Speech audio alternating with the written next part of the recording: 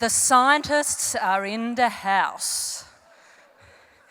We are going to get practical in this session, and I want to acknowledge that we are on the land of the peoples of the Kulin Nation, who, let's be reminded, have been here for generations and generations and millennia, and so they know this place. Long before humans started emitting dangerous levels of carbon dioxide. Hashtag NCE Summit 2020, get tweeting. So, who was at the earlier session chaired by Bernie Hobbs? Excellent. This is part 2. That session, Reversing Global Warming, focused very much on preventing further greenhouse gas emissions and fast. This session is focused, with this fabulous panel we're about to hear from, on how we must rapidly pull out what we have already put into the atmosphere. Because the science is potently clear. If the world is to limit global warming to under 2 degrees Celsius above pre-industrial levels, rolls off the tongue, doesn't it? We will need to roughly halve current emissions in the next 10 years, halve them, and reach zero net greenhouse gas emissions by 2050. But we also need to pull out large amounts of carbon dioxide, and there's the rub, that we have also put into the atmosphere since industrialisation. So because even if emissions ceased tomorrow, in the next hour, shall we give it? We are already on track for what we describe as a committed amount of warming and sea level rise as the Earth and the climate system catches up. Its impact will play out over thousands of years, what we have already put into the atmosphere. So how are we to achieve the drawdown of carbon fast? Can we use nature through natural biological processes to get us there fast enough? Can we help nature with technological solutions? What are the options available right now? Can we be confident that they'll work? How do we make it happen? I'm going to introduce our speakers as they go, I think might be the most efficient, because we're very keen for you to participate in the Slido system and post your questions. We'll see them there, and I'll make sure we try and integrate as much discussion for this final session before the final plenary. So let's kick off with, please just welcome our panel first, can we?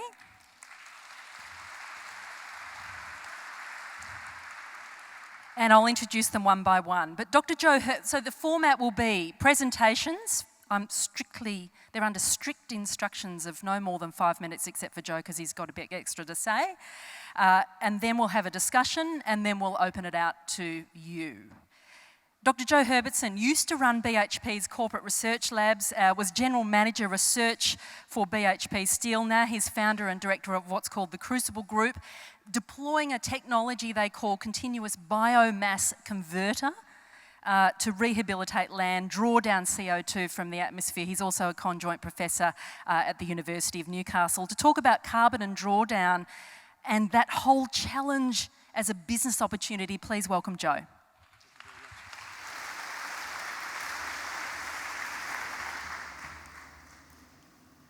Well, thank you very much.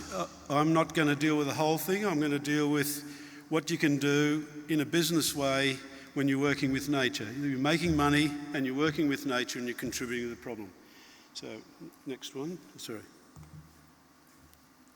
Before I speak about my experience, just a couple of comments on behalf of all of us, and that is to put the drawdown into perspective.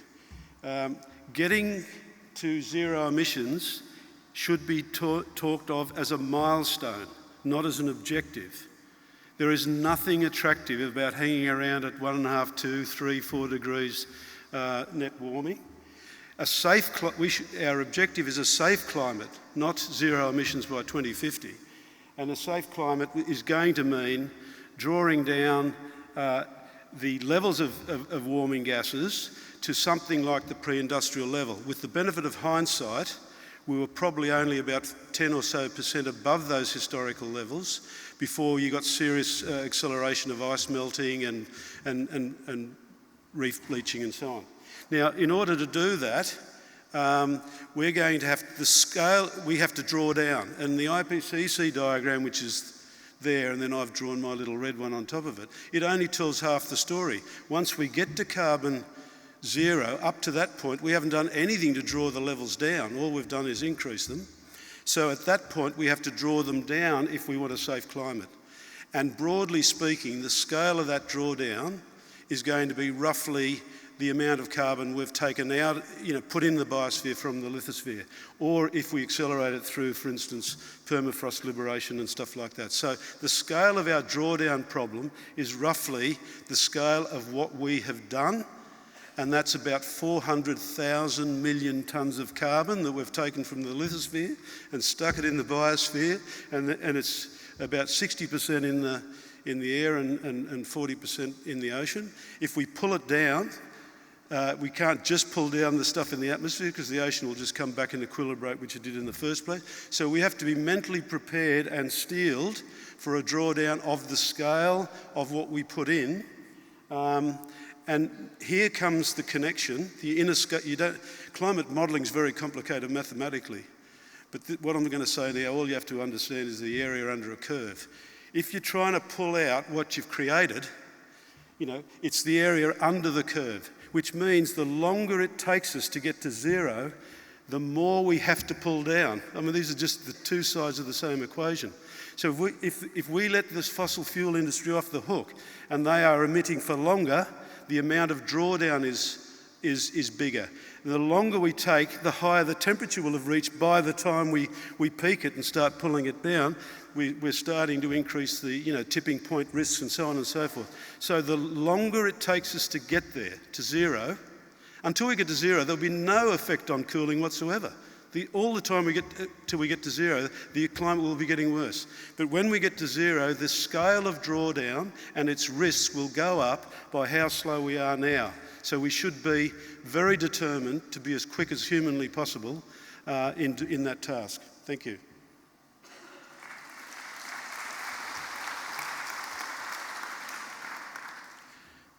I've tried to press this. A bit harder, I think. That's it. Now, from a business point of view, I don't start with the problem, the CO2, I start with the value. Carbon is a fantastically, fundamentally important value-creating substance in our ecospheres and our economies. It is valuable. Our problem is where we got it from, not the carbon itself. If we can start mining the carbon in the atmosphere, thanks very much to our natural friend photosynthesis, and come down and make things of value in this economy out of that source of carbon, it's vital. And that's what, vital to renewable carbon within industry, vital to agricultural restoration, and ultimately a vital component to drawdown. And that's what our technology does. It turns biomass into valuable products, char, a gas and a wood vinegar. They are helpful to renewable carbon sources in industry, and they are helpful to regenerative agriculture, and they can have the effect of contributing to drawdown. You seem to have to press it twice, do you? Just to give some examples, otherwise, Dooley is a winemaker. He uses the char and the wood vinegar. He mixes up with mulch and so on, chicken litter. Where's he got to? His soils are progressively richer in carbon. His soil scientists never seen organic matter like that in a vineyard. His wines are tasting better.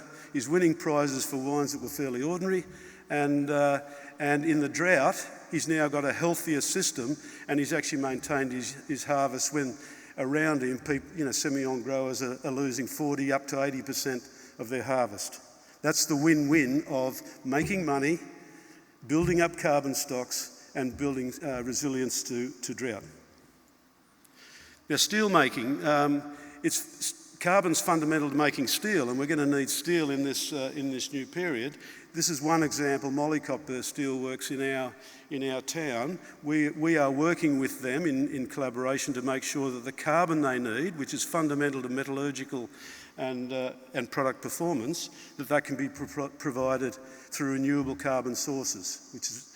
And keep in mind that that's only about 6 or so % of the problem, but almost all of the rest of the problem you can do by renewable electricity, replacing the electricity they use now, and then electrifying their use of natural gas and things like that for heat. So it is perfectly possible to envisage a quick journey to carbon zero in steelmaking. there's many reasons why we have to accept and deal with Indigenous rights, but in this particular context, a big problem with climate change is agriculture, land use changes. So we're not even going to get to zero without doing that, and then the land is going to give us a lot of potential for drawdown.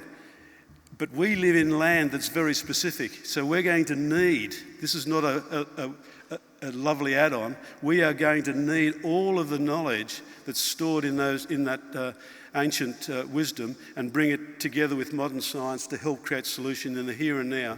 So that's another factor. And then just finally, in terms of drawdown potential, the IPCC accepts that biochar type things can represent about 1.7 gigatons of emission reduction. It's about 10% of what the fossil fuels are giving right now. If you laid it out over 100 years, you'd make a significant contribution to drawdown. Thank you very much. Fantastic. Thanks so much, Joe, and very interesting. I imagine you're all wondering about Joe's transition from being in the steel industry and with one of our big industrial companies, BHP, to what he's doing now with biomass and biochar. Fascinating transition, life transition too. Redeploying his skills in different contexts.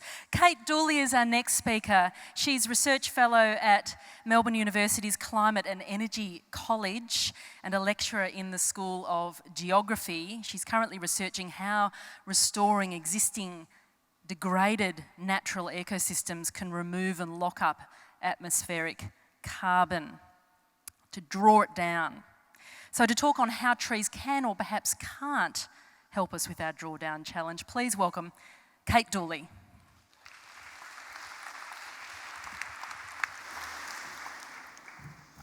Great, thank you very much. So I want to talk about, as Natasha said, how ecosystems and restoring degraded ecosystems can help us to remove carbon at the scale that's needed.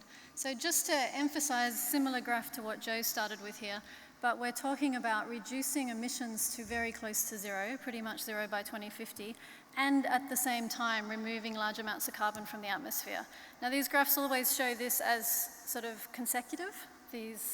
So in this one that I'm showing you, the carbon removal that I'm talking about is the sort of yellow colour, the orange-yellow colour. So, but it's not happening just after we reduce emissions to zero by 2050, it's starting already before that. And then we cross a threshold where we go from net emissions to net removals in the second half of the century. We'll skip that one. So what we have now is the managed lands are a net source of carbon to the tune of around 5 gigatons of CO2 a year. So overall, the biosphere is a sink. It removes half of between the terrestrial biosphere and the oceans, they remove half of all of the emissions we release every year. But the managed lands, ones that humans use for agriculture or forest harvest or other reasons, these are actually a net source of emissions. And so the aim of this drawdown in managed lands would be to reverse that 5 gigatons CO2 a year from lands, reverse that and draw down at least double that, or around double that. So in the study I'm looking at, we remove 9 gigatons of CO2 a year through managed lands. And this is not through planting trees. There is a little bit of tree planting, which I'll explain, but mostly the big potential is in restoring degraded ecosystems. So in terms of forests, for example, degraded forests would be forests that have been logged, perhaps not clear-felled, but logged selectively, used for agriculture and then abandoned. And so there's currently, globally, there's something like 2 billion hectares of degraded forest lands. So if we restored even a quarter of that, 25% of that 2 billion hectares, which would mean removing disturbance from those lands, that's what I mean by restoring them. We stop logging them, we stop allowing grazing to happen in there. Disturbance is removed and those lands are protected through a variety of land management options. That could remove almost 2 gigatons of CO2 a year from the atmosphere. So moving us some way towards that 9 gigatons. The next thing we can do is expanding natural forests. Now, there's been a lot in the media over the last year about tree planting and planting 1 trillion trees. That would require an enormous amount of land. Land's a finite resource, and we don't have a lot of spare land to plant 1 trillion trees on. So rather than thinking about tree planting, we need to think about restoring lost forests, allowing forests to naturally regrow and regenerate, and in particular doing that through what's called connectivity conservation, which is buffering existing intact forest areas and reconnecting areas of fragmented forest, which helps contribute to biodiversity resilience and species maintenance and a whole lot of other ecosystem services that are really critical. It also requires a lot less land, and we've got significant mitigation potential from this. A few other options that I'll go through very quickly that we've looked at in this research is reducing harvest intensity in natural forests. So not in plantation forests, but in parts of the world where natural forests are still logged. Reducing the harvest intensity, the amount of harvest from that forest, or in particular extending rotation times, which over the last half a century have become shorter and shorter and shorter. Bringing rotation times back out to 80 and more years can mean a lot more carbon can be drawn down and stored in the forest, and at the same time it restores some of the ecosystem function of the forest. Now, forests that it's appropriate to do this in, it really depends on the ecosystem type. In Victoria, the Andrews government has announced phasing out logging of natural forests by 2030, and we have some of the most carbon-dense forests in the world, so it's not appropriate to log there. In places in Europe, in Europe in particular, there's a lot of logging in sort of semi-natural forests, and that could continue, but in a much more sustainable way. And finally, I wanted to talk about agroforestry. So this is the idea that the agricultural land can be employed for mixed use. So incorporating trees into croplands and grazing lands can actually sequester huge amounts of carbon into those lands, and it can actually increase agricultural productivity. I think you'll hear more about that from one of the other panelists, so I won't go into it, but I just want to finish to say that this is really about thinking about the climate crisis and the biodiversity crisis as in an integrated and holistic way. Responding to both of them together means that we restore ecosystems, which is absolutely crucial whether climate change was happening or not. But in those ecosystems, when they're more resilient and more biodiverse, then they're more resilient to the impacts of climate change, they have more carbon in them, and they essentially, we need that biodiversity and ecosystem integrity. It underpins life on the planet. Thanks. Thank you very much, Kate.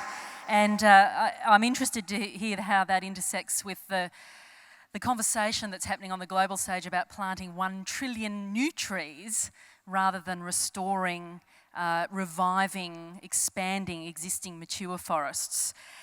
Next in our drawdown challenge, we have to introduce you to blue carbon, not green carbon, and how we might harness it is Peter MaCreadie, Associate Professor of Marine Science at Deakin. With his students, he spends a lot of time knee-deep in the mangroves. Please welcome Peter.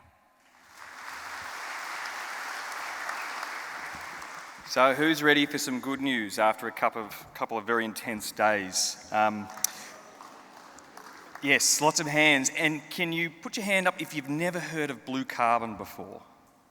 That's great. I love talking to people who have never heard of this stuff before, because I've fallen deeply and hopelessly in love with blue carbon about 10 years ago. And blue carbon is a term that's used to describe carbon that is captured and stored by the oceans. The oceans are blue, so we call it blue carbon. Kate talked about green carbon, which is carbon on land in the form of forests. And when we talk about blue carbon ecosystems, we're really referring to 3 ecosystems. You've got your tidal marshes, your mangrove forests, and your seagrass meadows. These 3 ecosystems occupy only 0.2% of the ocean's sea floor, yet they sequester more than half the ocean's carbon. So they occupy 0.2%, they capture and store more than half the ocean's carbon. So when this term was first coined, there was some curiosity about, can we somehow compare blue carbon ecosystems to green carbon ecosystems? And what you're seeing there on the top right-hand corner is a graph that was produced from some early data and was published, which showed that blue carbon ecosystems capture and store carbon and bury it in soils about 40 times faster than green carbon ecosystems. So for every hectare of blue carbon habitat, you'd need about 40 hectares of green carbon habitat to do the same amount of carbon drawdown. Now, they are storing the carbon very differently. They're grabbing the carbon and they're putting it in a wet and watery grave, which is a really fantastic place for storing carbon. And here's the irony. These ecosystems, you can call them broadly wetlands, they created fossil fuels in the first place. So that's another important thing. They act as a form of long-term carbon storage. I'm at Deakin University and we offset our flight and vehicle emissions, but it always bothers me that I'm drawing out carbon from the ground that's been there for really long periods of time, and I offset mostly in trees which hold the carbon for the lifetime of a tree, which might be 50 or 100 years. And I think trees have a really important place in our future, and as we've seen, there's some great data to show their role in carbon drawdown, but we need to be thinking more about wetlands, the systems that created fossil fuels in the first place. So we spent a lot of time, and I say we, Australians, Australian blue carbon scientists, going around Australia and trying to figure out how much blue carbon do we have and where is it? And you're seeing some footage here of some of that research in action. And what we found is that Australia has more blue carbon than anywhere else in the world.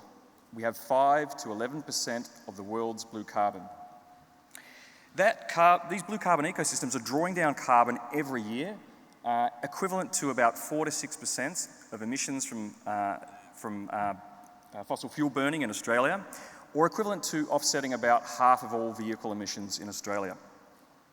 However, we've also destroyed enormous amounts of wetlands around Australia, about 9 million football fields. When many European settlers came through from the time of 1788, we drained a lot of these wetlands. I can only imagine the frustration of our traditional owners thinking, you idiots, these are really important ecosystems, and I'll touch on this in the next slide. Those emissions from draining these ecosystems, assuming that carbon is released into the atmosphere, and we have some data to support this, it's equivalent to about an extra 10 million cars on the road each year, because we're still losing these ecosystems at about 1 to 2% per year. They're regarded by many Australians still as the armpits of our coastal environment. They're not very charismatic, muddy environments. I love them, as Natasha said, but we've still got a long way to go in protecting and restoring them. So I said there's more, and this is sort of the steak knife sales pitch. I'm going to throw in the steak knives here. They are really important for coastal protection. Australia's existing wetlands provide about $3 billion in avoided damages to Australian infrastructure. They're worth about $50 million to our economy by supporting fisheries. So they act as nursery grounds for juvenile fish, giving them food, shelter and protection. And apparently, as uncharismatic as I've made them out to be, there are many people that enjoy these wetlands for example, for observing birds. We studied some bird watchers around Victoria, Port Phillip Bay right here, and these guys are like ninjas. They come in and they watch the birds, and on one day we had a huge spike in the data where a small group of bird watchers, it was called a mega twitch event, they spent $141,000 coming to see a male tufted duck that appeared in a local wetland. It's only a stone's throw from here. First time it had ever been seen in Australia, and it just loves our wetlands, as do many other important endangered species like the orange-bellied parrot. So they're really important for biodiversity. So I head up the Blue Carbon Lab, and these people are extremely passionate, as am I, to see more protection and restoration of blue carbon ecosystems, better recognition that these ecosystems created fossil fuels in the first place. And if you want to hear more about the research we're doing, jump on our website. There's a lot of work to do in raising the profile of wetlands, and I believe they have a really important role as long-term carbon sinks in our future. Thank you for your time.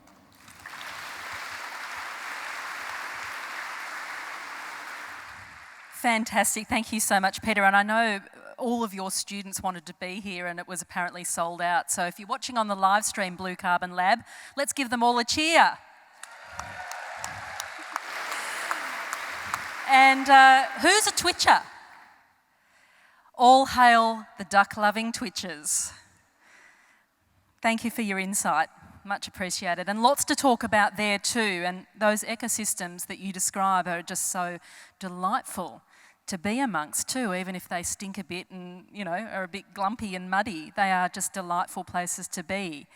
Last but not least, we have Tony Rinaudo. He's Principal Advisor for Natural Resources Management with World Vision, and he comes to that role with an immense amount of international experience. He's run rural development, dryland reforestation programs, and he pioneered with communities across Africa, particularly in Niger, a low-cost land restoration approach dubbed farmer-managed natural regeneration. And recently you might have seen an ABC opinion piece, an opinion piece that he published on the ABC website, I think it was, trying to offer his insight into what that experience might lend us here in Australia as a land of dry lands, particularly in the context of the recent bushfire season, which continues to this very moment. Please welcome Tony.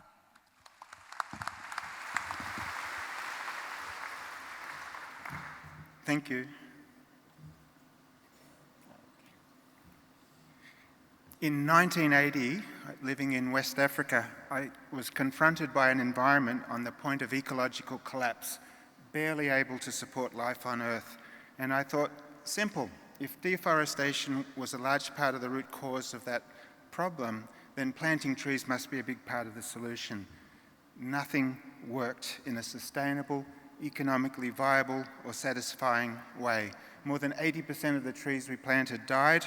It was expensive, it wasn't replicable by the local community, and they weren't interested anyway. I'd given 2.5 of the best years of my life, and I felt like a hopeless failure. Waste of time and money. It felt like giving up and going home. And I want to share something personal, but I think it's relevant to the situation we find ourselves in. I threw up a prayer, simply asking a collective forgiveness for destroying the earth that we live in, as a consequence of which people were suffering. They were hungry, they were poor, and like many of us, they feared for the future. But I asked for wisdom and for what to do. The answer was literally at our feet. There are tens of millions of hectares across the world with what I call a vast underground forest, remnant living tree stumps, roots and seeds in the ground, just waiting to be released, living stumps and roots that have the ability to regenerate vast landscapes. Simply, the definition is the selection, the thinning and pruning, and the care of the shoots that come up from that repository. In Niger Republic, and to explain what I mean by the underground forest, if we had special vision and we could see beneath the surface of the ground, we would quickly realize that even when you cut a tree down, 30 to 50% of the mass of the tree is still alive and has this enormous capacity to regrow very, very quickly. In Niger Republic, within just a 3-year period, seemingly treeless landscapes on farmland were restored to scenes like this. Over a 20-year period, more than 5 million hectares carrying over 200 million trees were restored, not by big projects, not by me, but by farmers themselves. And it was low cost, it was very rapid, and it was scalable. And you can see from the satellite imagery there what I mean. And the wonderful thing is it's empowering and enabled people to take charge of their own lives and to benefit from their work. In other contexts, after you clear and burn the forest, the reaction is that nature forms an impenetrable, thorny thicket, useless to man and beast and often to wildlife as well. The same principles of thinning, pruning and management apply, and there are tens of millions of hectares of degraded forest land like this that can be restored very quickly. I just want to share a few lessons from that time living in Niger. While we should by all means engage with government and the commercial sector and the United Nations agencies, we in Niger realised that we couldn't wait for them to work it out. This movement that I described was a people's movement. It took government, business and the UN more than 20 years to catch up. Secondly, never give up. The solutions could literally be at your feet or just around the corner. Thirdly, mindset change precedes behaviour change. And so we have a great burden. We've had the facts for several decades now, but we need to communicate, we need to lead by example, we need to replace lies with truth and challenge denialists. Not in a fighting, arrogant way, but with respect. And then lastly, nature-based solutions could provide up to 30% of the answer to climate change. Bill Mollison once said, "The solutions to the increasingly complex problems of the world are embarrassingly simple." I love that statement. In the case of the work that I do, it's embarrassingly simple, but I'm not ashamed because it works. I call it a no-regrets technology. There's no downside, there's no unintended consequences. Globally, there are, in theory at least, nearly 1 billion hectares of degraded landscapes, much of which could be restored. In addition, there are over 2 billion hectares of agricultural and grazing land suitable for agroforestry to some degree and in some form. And just to finish up, there's an old adage, if you have nothing to lose and everything to gain, by all means, go for it. In other words, give it all you've got. Don't hold back. And so my plea to this audience is, whatever your expertise, whatever your sphere of influence, don't hold back. Don't give up. Go for it. Thank you.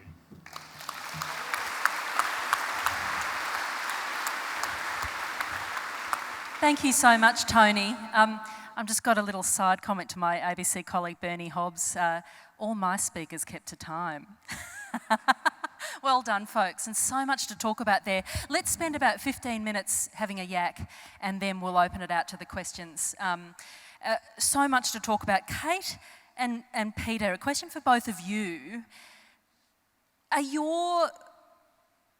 Is what you're arguing for, harnessing the potential of blue carbon, harnessing the potential of restored natural forests, are they vulnerable pathways to this drawdown challenge? Because as we've seen, we've just had a summer where thousands of hectares of trees have been burnt down and that carbon has been released. Likewise, wetlands, seagrasses, we develop our coastlines, obsessively in our country and beyond. They're under threat as ecosystems. Are they a reliable option if we're going to really achieve drawdown? Both of you. Yeah, thanks. That's an excellent question. So in the numbers I was talking about, I was saying currently the land sector, managed lands globally, are 5 gigatons CO2 emissions. That's a net emission. So we have to and what I mean by that is carbon is going in and out of the land all the time. So there's forest fires, and then the forests regrow and the carbon is drawn down again, and then it's released again. So we need to see, to some degree, that there's always a flux in the land sector in terms of the carbon balance. What we want is a net drawdown rather than a net emission. So it's flipping that balance from a net source to a net sink in forests. And the things I talked about, ecosystem restoration and reducing harvest pressure on forests, that all would contribute to that flipping from an overall source to an overall sink. So it doesn't mean we never have emissions from forests, there's never another bushfire. It's the overall net balance. And one other thing that's important to say in response to that question is absolutely it's risky. There's no way that I would say bringing all this carbon back into forests is it's not the number one strategy. The number one strategy to deal with climate change is to not release carbon in the first place.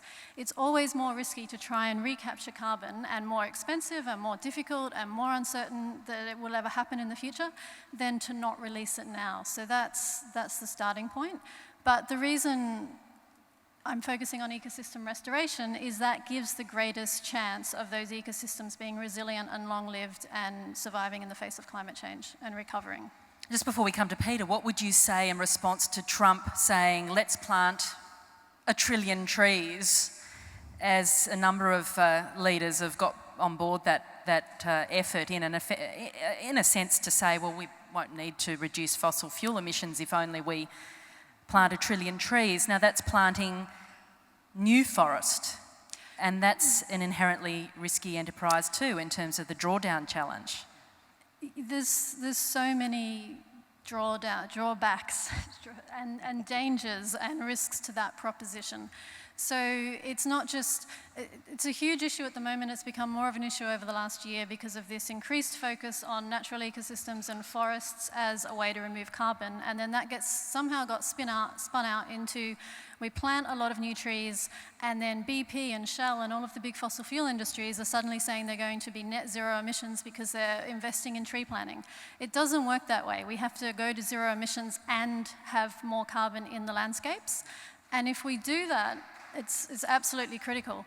But if we do that, more carbon in the landscapes via planting new trees, then those trees are much more susceptible to being lost. So you already heard from Peter how the tree planting efforts failed. So there's a large chance that those tree planting efforts won't succeed, and they're also much more vulnerable to fire and to pest invasion, and that's why the importance is on natural ecosystems. Just one other thing about tree planting is it has to happen on land, and whose land is it? Land is finite, and land is at the heart of nearly every human conflict, major conflict in human history. So we don't want to suddenly be appropriating large areas of land, in particular so that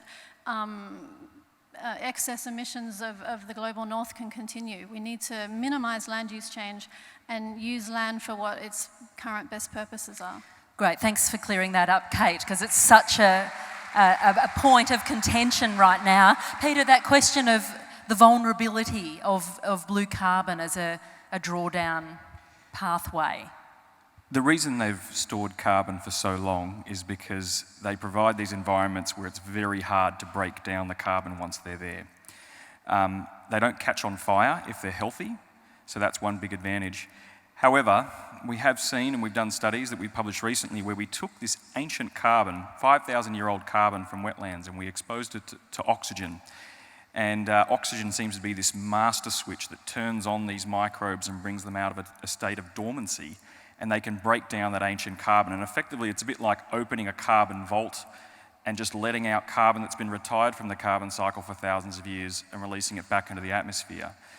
So they are a very long-term and can be permanent carbon sink, so long as you don't disturb them. And processes like dredging and port development and eutrophication in the coastal zone, there's all these disturbances, and they're facing a death by 1,000 cuts at the moment, because most humans, 90% of Australia is living within 50 kilometres of the coast, so we're putting a lot of pressure on these coastal wetlands. We love our coastlines. Love them to death. We love them too much.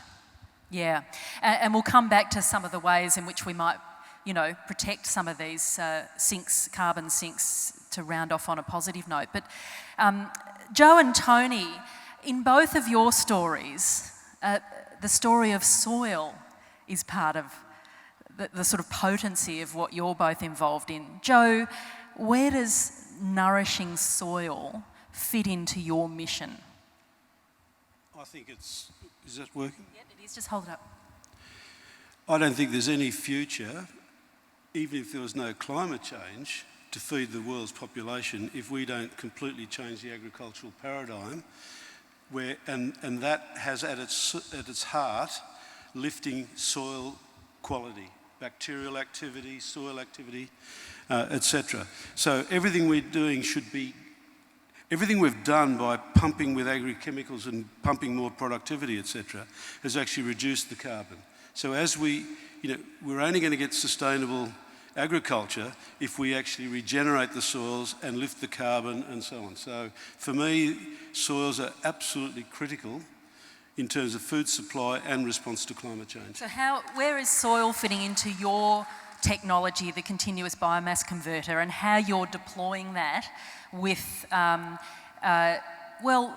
both both those who are supplying you with the biomass, because you've got to set up a whole supply chain, don't you? And then those who are then utilising the biochar and other products that come out of your converter. We're not talking, the diagram said photosynthesis biomass, we're not talking about that. We're saying photosynthesis will create biomass, which will create value in society.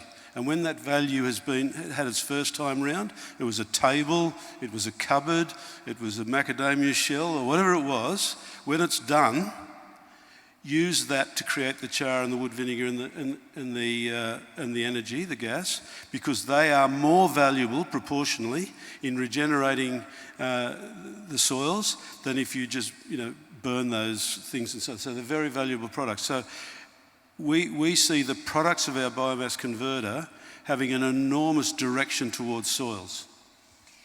Doesn't this conversion of biomass, say the macadamia factories' husks from their process, they give them to you, you convert them to biochar and wood vinegar and other products, doesn't that process create greenhouse gases? Well, there's carbon dioxide given off when you process biomass material, but all the carbon, that biomass came from the atmosphere. So unless you are part and parcel of a net clearance of biomass, there's a net tree, land clearance, etc. They're what you call carbon neutral CO2 emissions. They don't contribute to the problem at all. So we don't produce any, climate changing emissions of greenhouse gases. Yeah, it's very interesting. You come from the steel industry. It's incredible to think that those industries could be fuelled, be driven by renewable energy. Do you see that that's possible? Well, there's two parts. Once you've got a mature society that's been established at a high standard of living for a long time, you can rely on scrap recovery. And that's the example I showed. And that's very easily turned into renewable energy around renewable electricity and electrification of process heat. So that's that side, and there's a little bit of carbon that we can do with biocarbon. When you're building your stocks of steel in society, because it's fundamentally part of lifting economic standards of living and so on, you have to take some fresh iron ore and make new stuff. That is very carbon intensive. And at the moment, that's through blast furnaces. So for every tonne of iron you make, use about 3/4 of a tonne of fossil fuel. About half of that could be replaced from our studies by biocarbon. You could actually do, but you can't replace the coke. So that you could go halfway towards renewable reductant and energy in iron making. I think going back to the session before, ultimately for primary iron making, because we're going to need steel, ultimately the future for iron making will probably be by using the hydrogen reduction method of iron ore rather than the carbon reduction. And for that I see the biggest hurdle technically is the availability of bulk cost-effective hydrogen. I think the industry knows enough through its direct reduction technologies and so on to actually move to hydrogen reduction. So that's a 2030s, sort of 40s sort of perspective. But I can completely see steel being part of the forever, I've got steel in my veins anyway, I see steel as an absolutely fundamental part of society, and I see it having to and being able to be completely provided by renewable energy and renewable carbon sources. I'm very interested at the scope of this conversation. We've gone from the twitchers to the little farmers to big industry. So we're linking everyone up in this drawdown challenge. Tony, soil. What have you observed on the ground as you work alongside farmers to rejuvenate tree stumps into living trees above the ground, not just below the ground? Where's the soil story fitting in there? Because soil is a powerful part of this conversation.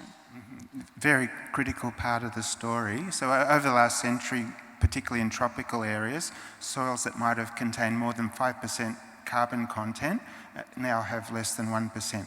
That means lower moisture holding capacity, more vulnerability to drought, and it's also the focal point that nutrients can lodge onto and through the activity of microbes become available to plants.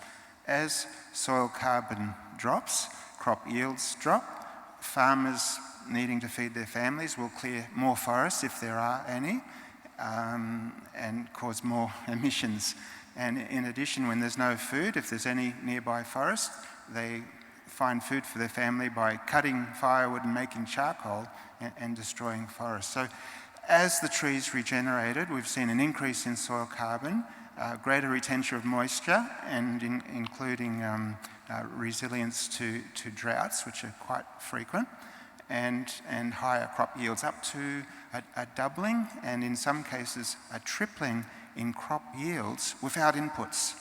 You can still put in inputs at another stage, but many of these farmers are amongst the poorest in the world simply by working with nature.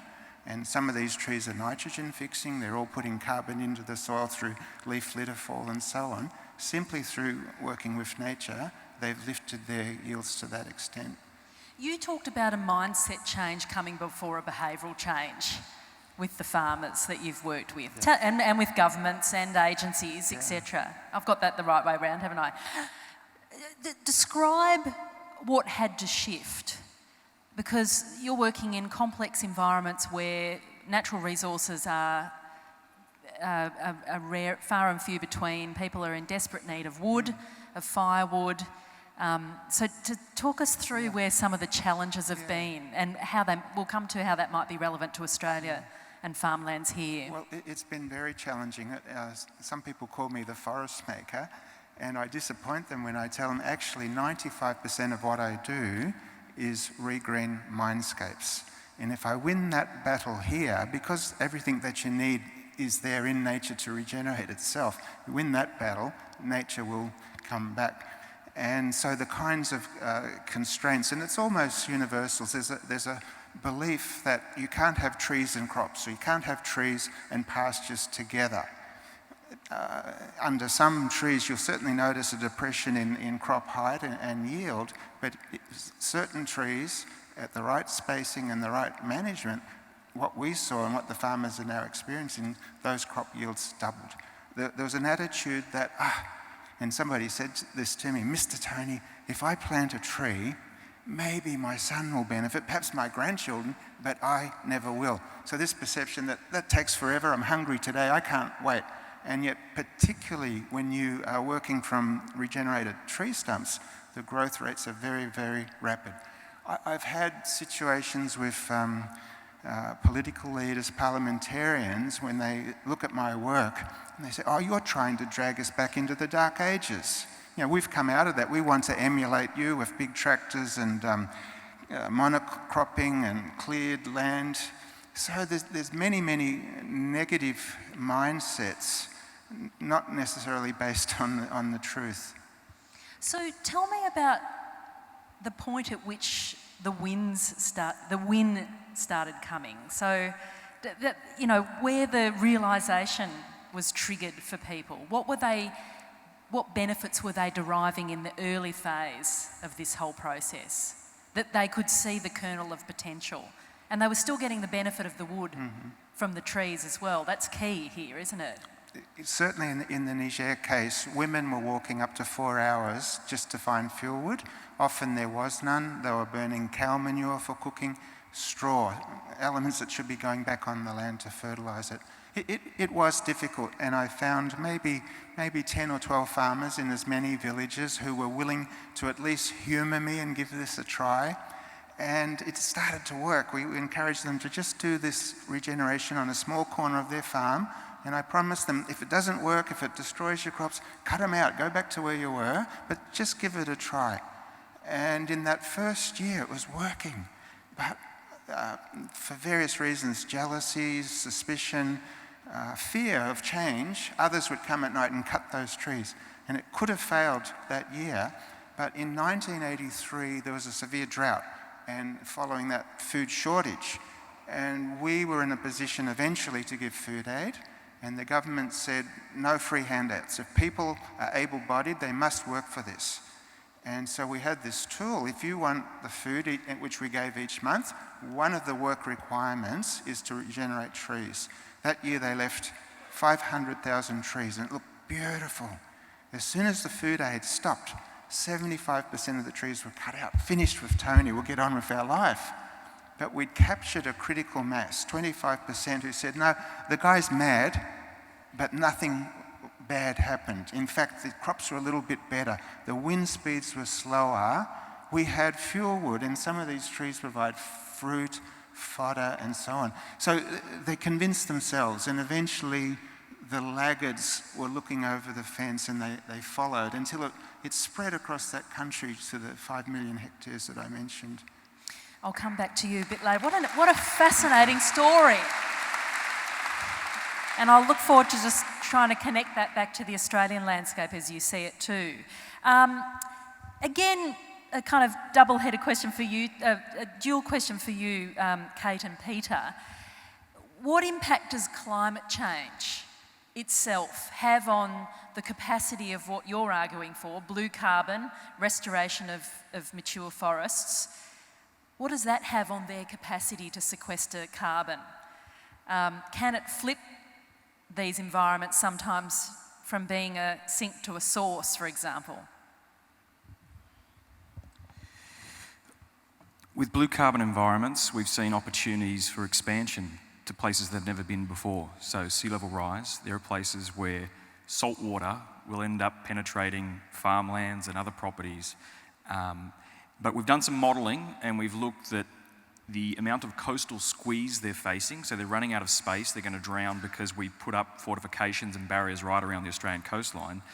On the whole, even if we go pretty hard, we will see a decline in the number of blue carbon ecosystems going forward for most states. So we've got a paper under review at the moment where we've projected what will happen unless we very seriously take our coastal real estate into consideration, and what we would be advising is that we're going to have to retreat.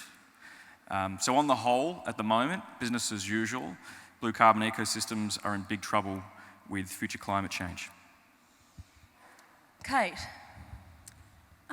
Yeah, the same story for terrestrial ecosystems. I think, so global modelling shows that we get to around 2.5 degrees or 2.2 degrees before we really start to lose the big forests of the world.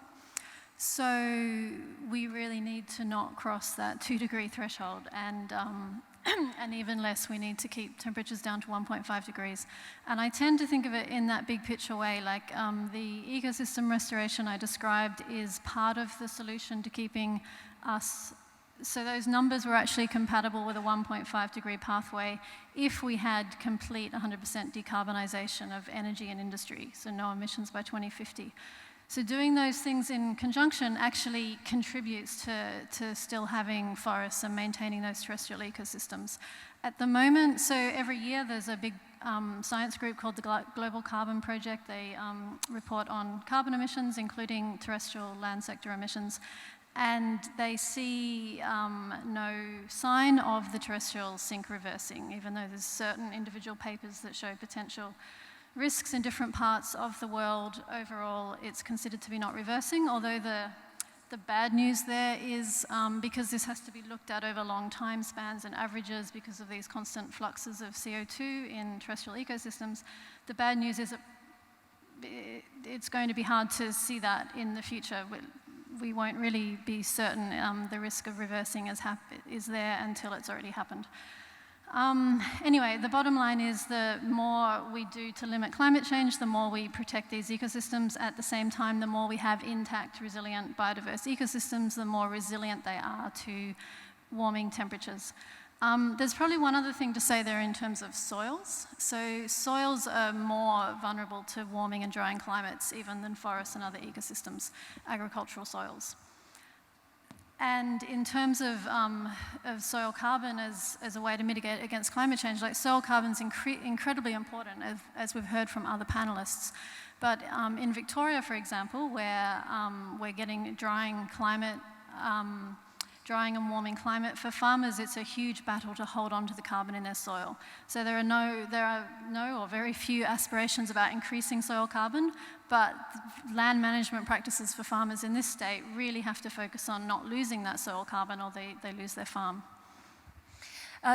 Just a reminder, I feel like we're getting extra time given to us every few minutes, but which is a good thing because it means we have more time to discuss with you. But just a reminder that I think it's slido.com/NCE 2020, and it's NCE Summit 2020, is that right? Have we got the info? Do you all know how to ask questions? Slido.com/NCE Summit 2020, is that right? Is that what you go to? There it is. Perfect. Do that, because I'd love to involve you in questions, and we've got a good little meaty chunk of time. Though, I've kept politics ostensibly out of this conversation, but now I'm bringing it in.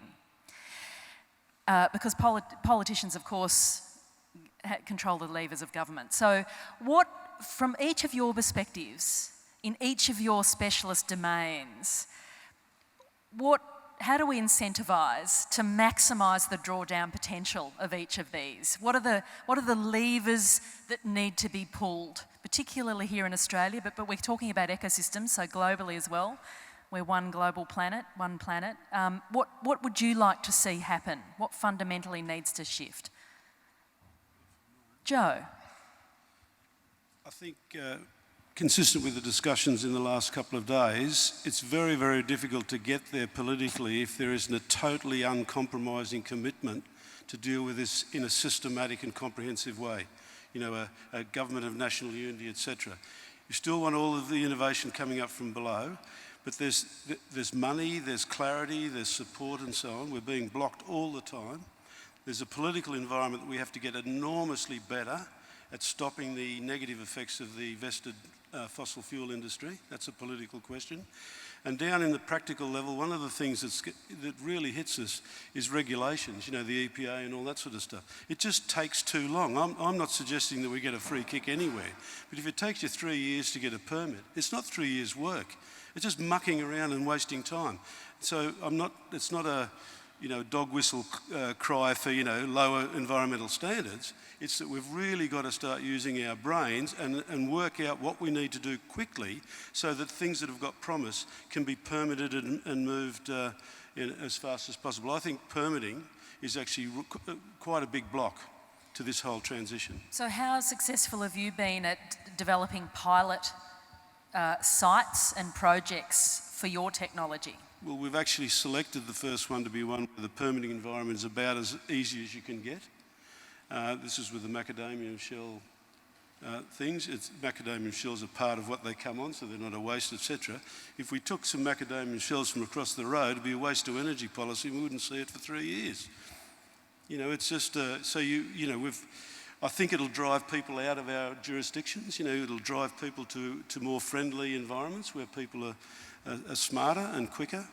I think there's a problem with our environmental regulators they've got compliance in their DNA.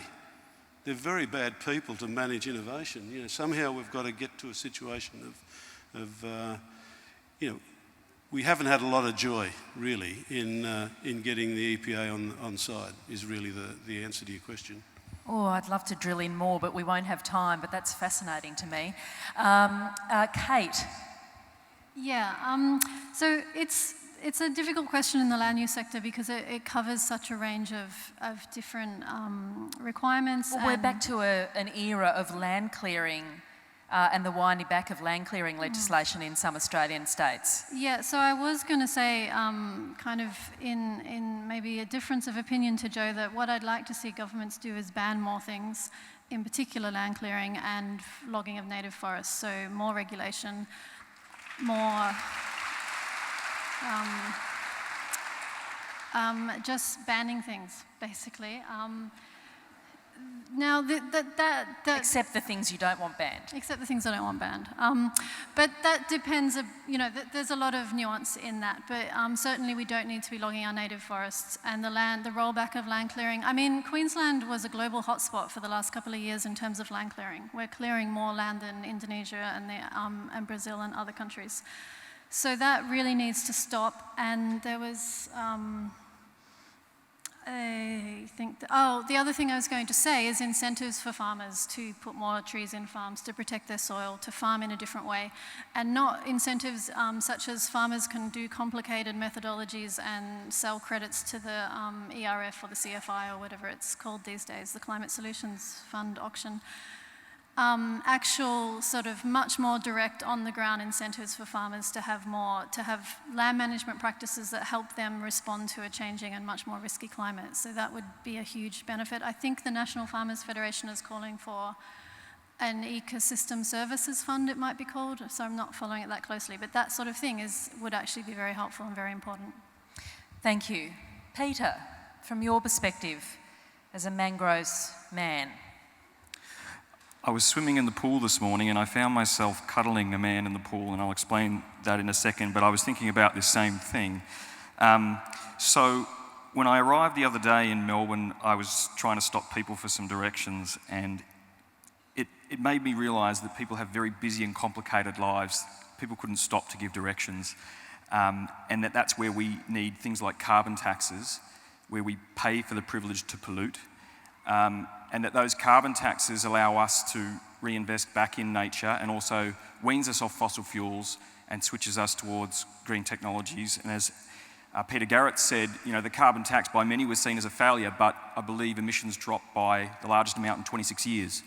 We can fact check that, but anyway, it was a remarkable success, and I never noticed Mum's Sunday roast go up by $200, as was prophesied by then ministers at the time. So I think we need a carbon tax. A carbon tax or a carbon price? Both. I just think that it is amazing that we're doing something that has a negative impact on others, and and for me, turning on the kettle in Australia is affecting somebody in Bangladesh, and Australia can weather the worst of climate change because we have a lot of money. But we are all sharing the same atmosphere, and the people who are going to be hurt the most are not responsible for the worst of climate change. I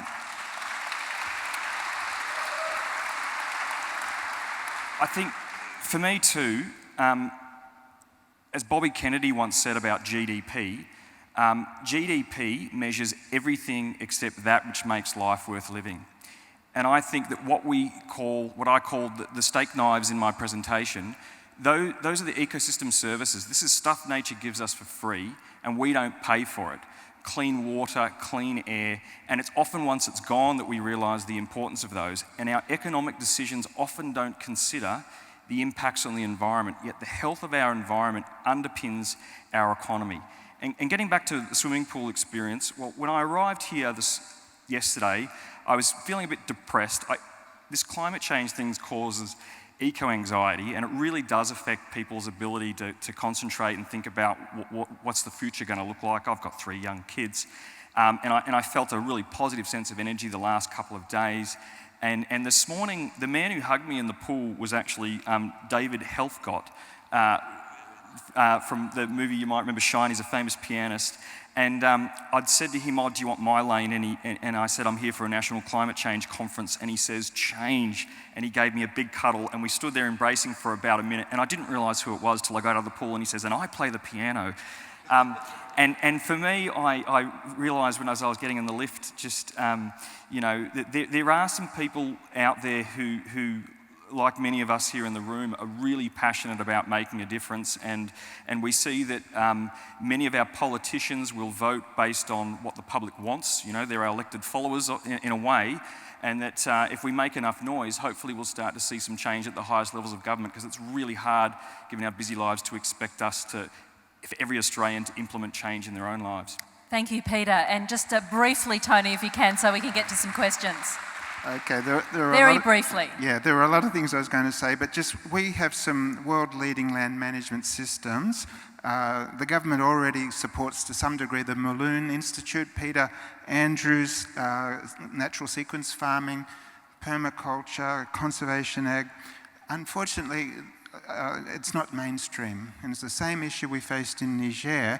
Government needs to highlight the good work that's been done and help get it over that hurdle so that everybody's doing it. Did you have some others there that you want to list just quickly in case people want to take some notes? Holistic grazing management, indigenous fire management practices, agroforestry, so these types of things. Fantastic. Let's come to a question. So yes, if you could pop your questions through the Slido system, we'd love to hear from you. First question, how do you ensure drawdown tech isn't only used to offset? Who'd like to take that one up? The answer is not to stop doing the things we're talking about. We should be getting on with reforestation, regenerative agriculture, building up soil carbons. The problem is the laziness and the slowness and the treachery of the fossil fuel industry pushing us. Now, in Australia, if you look at climate change, it's the total emissions in the world that affect all of us in terms of heating, by and large.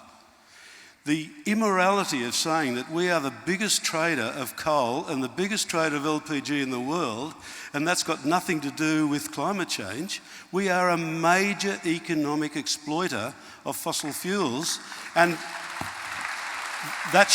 it is absolutely immoral in my mind that should be rewarded with massive profits. They should be taxed or whatever to buggery, because it's affecting everybody.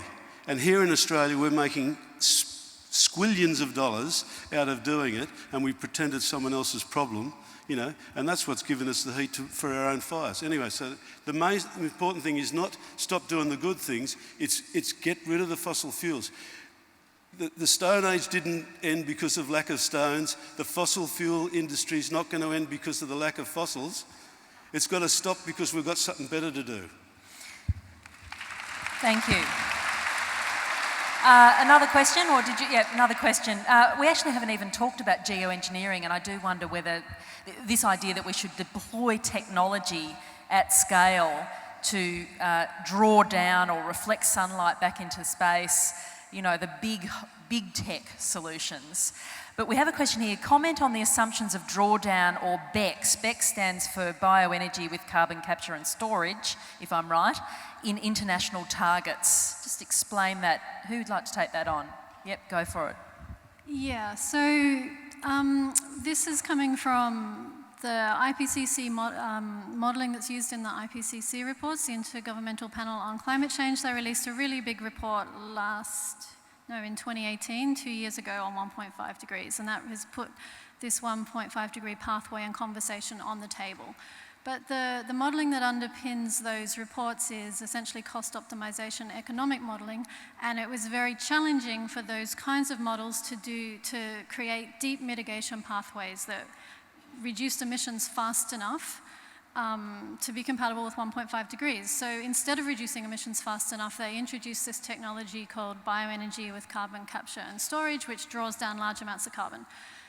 And then you get a 1.5 degree pathway over the century, but a lot of these are essentially overshoot pathways. We go above 1.5 degrees and we pull carbon out to get back down. Now the difference between that, the scale of that in international targets and... Isn't this about burning biomass and then capturing the carbon, storing it in some way, in a semi... Capturing CO2. Yeah, the idea is you capture the CO2 from burning the biomass and geologically store it. So instead of storing it in the terrestrial biosphere, it's geologically stored. So the question's about international targets, which is what I was going to comment on more than all of the reasons why BECCS wouldn't work, but that's a whole nother conversation that you can ask me about later. So the issue in the international targets is the scale of assumed BECCS. And BECCS the scale of drawdown there could be achieved through other ways. There's other technologies like direct air capture. Even mass tree planting 1 trillion trees is, in some models, they do that instead of BECCS. But the consistency between them all is the scale of drawdown. And it's up to 1,200 gigatons of CO2 over the century. So essentially what is in the targets is emitting 3 times our remaining carbon budget for 1.5 degrees and removing 2/3 of that. So that scale is quite untenable and enormously risky. The scale I was talking about with ecosystem restoration, essentially it falls at the very bottom of the range of drawdown that's required in the models. And so we're removing about 400 gigatons of CO2 instead of 1,200. So it's, in terms of international targets, it's really about it's a balance between emissions and drawdown, and the more we reduce emissions, the less we emit, the less we have to draw down, and then the lower the risk and the greater the chance of success. So we've got 10 more minutes allocated to us. Any more questions? Yes, are there inescapable trade-offs with drawdown and other SDGs? Just explain what that acronym is again. Yell it out. Oh, that's right. God, of course. Sustainable Development Goals. Sorry, I don't talk in acronyms. I'm a broadcaster. I eliminate them. So I think the SDGs are really we're seeing a lot of coalescence by big banks, fossil fuel industries. You know, you might see these little symbols up on their webpage about how we're addressing issues to do with life on water and climate change. So I think it really is a good way of us phrasing the conversation. And I think what we're coming back to is that there's some things we can't explain about nature, but nature really knows what it's doing. And it is a really important part of the solution. And you know, getting back to what Tony was saying, taking a holistic view of what nature can do for us. I mean, when we do carbon drawdown through natural ecosystems, I can't comment too much on the geoengineering, but we do draw down with natural ecosystems, we get all these other co-benefits, all these other great things that nature does for us. I don't see any trade-offs. In my line of work, when you restore an ecosystem, a wetland, besides the fact that maybe I've stopped the development, that's the only negative. In terms of SDGs, it's tick, tick, tick, tick. It's you know, you're killing birds with one stone. Many birds with one stone. When you look Except you're not killing birds. No, sorry, that was probably a bad expression, but you get the point. You get lots of other great stuff that nature does for us when you regenerate the planet, and you are basically turning back the time in some places by having more plants, forests, trees. There's a lot of good stuff that comes with that. Yes, it's a very interesting question though, isn't it? Because people will say, well, hang on a tick. It's my right to use that land to further my well-being, health, wealth, etc. What risks are associated, another question, what risks are associated with drawdown practices and technologies? Fantastic question. Risks. Maybe you have some, I'll just say something briefly. I don't know if other people have something to add, but I would say the biggest risk is land use, expecting to use a lot of land, to lock up land in tree planting to draw down carbon. We need, and it's the same to the previous question in terms of trade-offs with SDGs. It's a trade-off if we use a lot of land that's just there to lock up carbon and doesn't contribute to biodiversity and doesn't allow us to grow food and all those other things. So we really need to think about how we use land going into the future with increasing population and more extreme weather and climate impacts to deal with. Tony. A few years ago, there was a real craze on jatropha planting, and they said the wonderful thing about this plant is it grows in dry areas. And so there's this great land grab in Africa, but other places as well. And somebody was talking to me about how wonderful this was, and I defied them. You find me 1 square foot of land in Africa that somebody doesn't claim. And for me, the biggest risk is, I think Natalie alluded to this, that there's no unused land. Even if there's nobody there, as soon as you put a shovel in that land, somebody will be complaining. And all the conflicts in the world, many of them are over land use. So for me, one of the reasons why our work succeeded was we empowered people on their own land to use their own resources and benefit from them.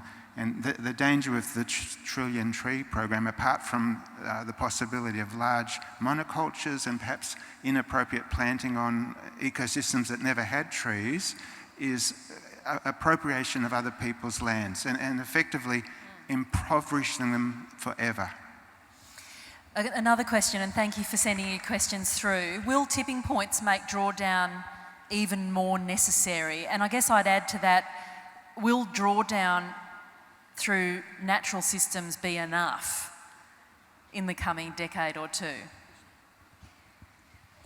We've spent too much time being ineffective, and if we spend more time being ineffective, we run out of wriggle room. Just bring that mic a bit. We're going to run out of wriggle room. You won't be able to fix things in reasonably acceptable ways, and people will pull on levers that are much more fraught, much more risky, like, reflective things that you do in the stratosphere and so on. So there is a point that if we let things go too far, we will run out of wriggle room, and there'll be very little capacity to use value-adding and natural drawdown techniques.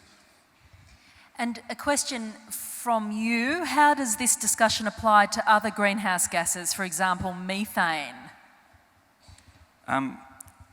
We've actually been in this situation before. Does anybody remember the hole in the ozone layer? Yeah, so that was CFCs, just another form of greenhouse gas that we released. And we dealt with that. The hole hasn't fully closed over, but we've come a long way by eliminating CFCs from our everyday lives. Methane is a big one and it affects some sectors. It's 30 times more potent as a greenhouse gas. We've seen in a lot of wetlands inland around Australia that we've drained, they've become huge sources of methane. And there's actually an opportunity within the carbon markets. And carbon markets, by the way, are said to become, by some analysts, one of the biggest commodity markets in the world. But there are now a lot of mechanisms where people can avoid emissions and can get carbon credits for doing that. So restoring the land. Nitrous oxide is another one that's 300 times more potent. So, you know, the top three, CO2, nitrous oxide, methane, they've got to be on the radar at all times. Do you think that part of what enabled the global community to act effectively around the ozone layer was that the financial and industrial interests in that product were lesser and less sophisticated in their penetration of government decision making? Yep. Than the fossil fuel industry? It didn't hurt the hip pocket as much, that was for sure. We could make tweaks and changes in the industry without having major economic impact. I'm trying to be very pragmatic. I spend a lot of time working with oil and gas and others on this issue because, you know, it is a huge part of our economy. It supports a lot of jobs in Australia.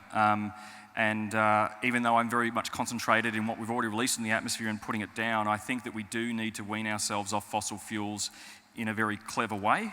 And it's very promising to see that there's so many people who know a lot about the green tech industry and say, you can do it, and there's still plenty of jobs and it'll still be great for the economy. I'm really keen to come to this final question with a comment from anyone who wants to weigh in, but this is vital to us all in the heart of Melbourne and beyond. What role do cities and urban areas play in drawdown? It's a fantastic question. Thank you for asking it. Joe. Sorry. Brendan down the front here is a leader. If you start using your properties, the balconies, the gardens, the roofs and so on, to bring life back into the city, have an enormous effect. And if you weren't at the session where Brendan spoke, he'd been involved in a massive housing development that was 7-star in terms of energy rating, etc. There was a figure the other day that food waste actually is the third largest contributor to emissions, so alter our eating habits. Third largest? Yes, it was shocking, surprising. And then I put in a word for urban forestry and gardening. Any final comments?